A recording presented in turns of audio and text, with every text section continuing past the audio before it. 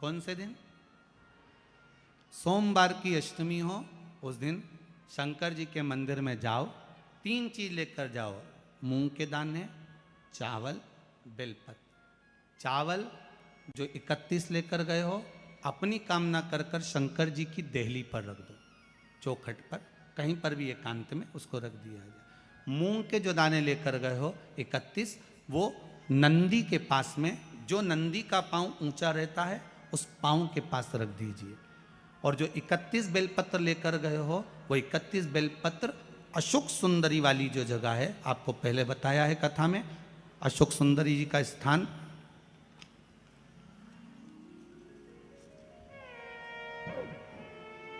ये शिवलिंग, ये जलाधारी जहाँ से पानी बहता है, उसके बीच में एक मोटी सी लाइन होती है, जो शंकर भगवान की छोटी लड़की अशोक सुंदरी का स्थान है। शिव जी के 13 बच्चे हैं, 13 बच्चे में सबसे छोटी लड़की अशोक सुंदरी यहीं पर विराजमान होती है, जहाँ से पानी नीचे गिरता है। प्रत्येक शिवलिंग के सामने एक मोटी सी लाइन होगी, उस मोटी सी जो लाइन है अशोक सुंदरी, वहाँ पर जो 31 बेलपत्र लेकर गए हो, अपनी कामना कर कर पीला चंदन, लाल चंदन लगाकर उस पर समर्पित करते जाओ। उसकी डंडी जहाँ से पानी बहता है उस ओर होना चाहिए।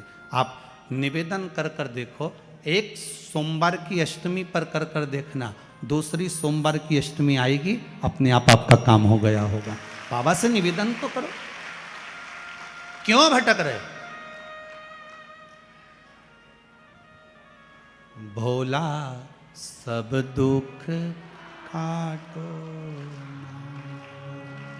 शिव शंकर जपूं तेरी माला, भोले बाबा जपूं तेरी माला, भोला सब दुख काटो, ओ भोला सब दुख काटो। आप उससे निवेदन करेंगे, प्राप्त होगा। शिव तत्व में जो सुख है, वो सुख कहीं नहीं।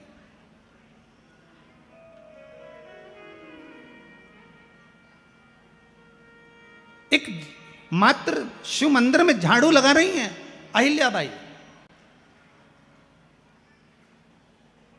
साधारण सा भाव है, केवल एक झाड़ू। कई लोग कहते हैं महाराज जी, आप कहते हो मंदिर में जाकर झाड़ू लगाओ, पोछा लगाओ, तो जो हमने मंदिर में रख रखा है स्वीपर आदि कादिक, जो भी सेवा करने वाला है, काम करने वाला है, वर्कर है, वो कर रहा है, तो हम क्यों करें? अरे भाई, एक बात याद रखना, आप सबसे पूछना चाहूंगा, आप लोग कहते हो कि मंदिर की सफाई जो वर्कर रखा है उसे करना चाहिए, मंदिर की सफाई जो पुजारी रखा है उसको करना चाहिए। मैं आपसे पूछना चाहता हूं कि आपके घर में जो तिजोरी है, दिवाली पे उसकी सफाई कौन करता है? नौकर करता है? अरे बोलते तो जाओ। नौकर करेगा? नहीं। वर्कर करेगा? नहीं। स्वीपर करेगा? नहीं। तिजोरी की सफाई कोई दूसरा नहीं करता, तिजोरी की सफाई हमें करना होती है।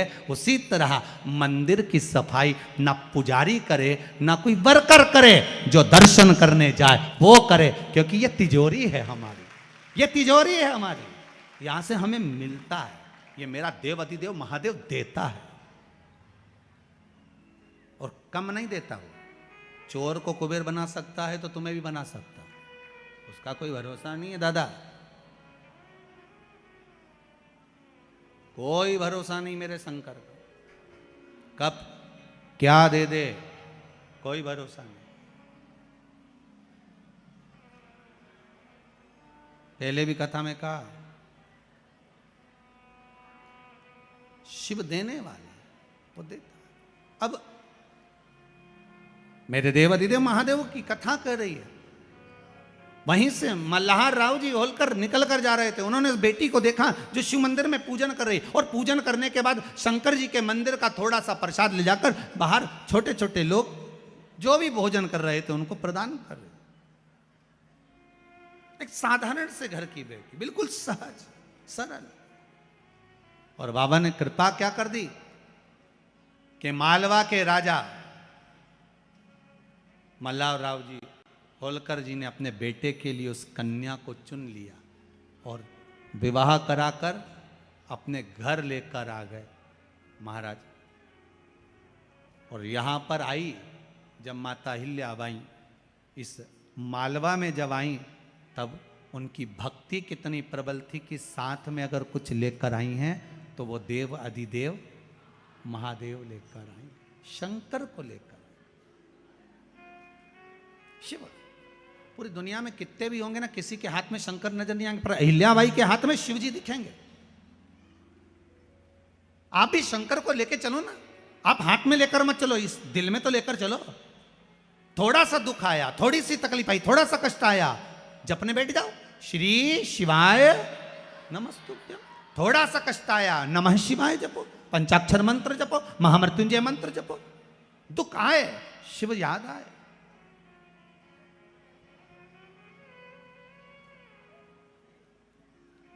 जैसे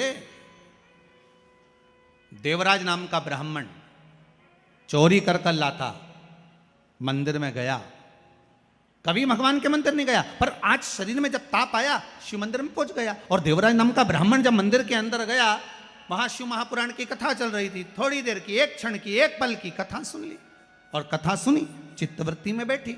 उसके बाद में जो प्राण छूटे, प्राण छूटने के बाद देवराज नाम का ब्राह्मण जब मरा, प्राण छूटे, उसको कोई चोरी करने वाला, कपट करने वाला, छल करने वाला, बेईमानी करने वाला, इसको तो नरक जाना था, पर इसको लेने भी कौन आया? देव अधिदेव महादेव नंदी लेकर आए इसको लेने के लिए। तो पार्वती जी ने पूछ लिया, भोले बाबा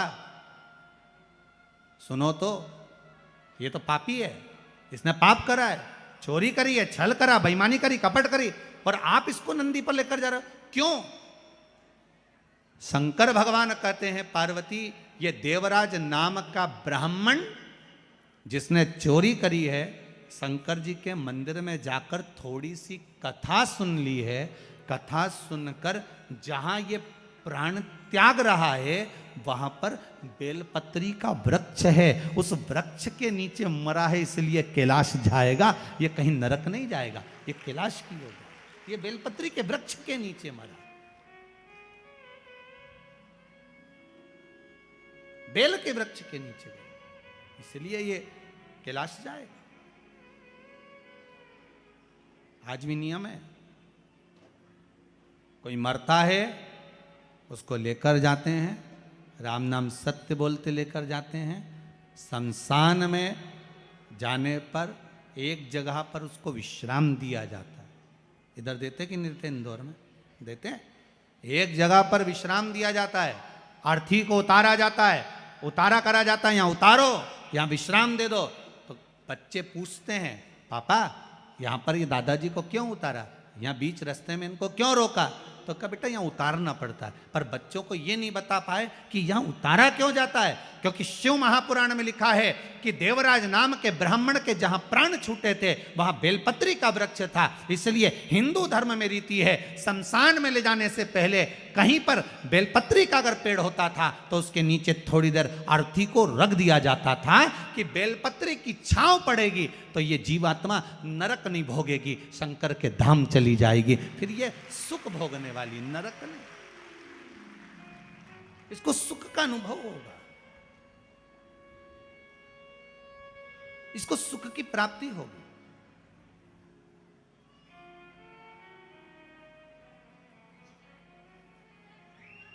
ऐसे कई कई प्रसंग लोगों, बच्चों को आज तक नहीं मालूम कि ये होता क्यों है। बस उतारा कर दो, बस उतार दो इसको, बस इसको नीचे सुला दो, अर्थी को यहां रख दो। पर क्यों रखते हैं, क्या कारण है अर्थी को रखने का, क्यों विश्राम दिया जाता है, किस लिए दिया जाता है? उसका भान होना चाहिए कि यहां बेलपत्री का वृक्ष होना चाहिए, जिस वृक्ष की छांव में जब अर्थी को रखा जाए तो वो जीवात्मा तर जाए।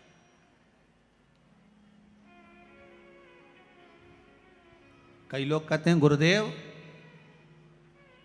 कई लोग तो कहते हैं कि जब व्यक्ति मरता है तो उसकी आत्मा तो चली जाती है परमात्मा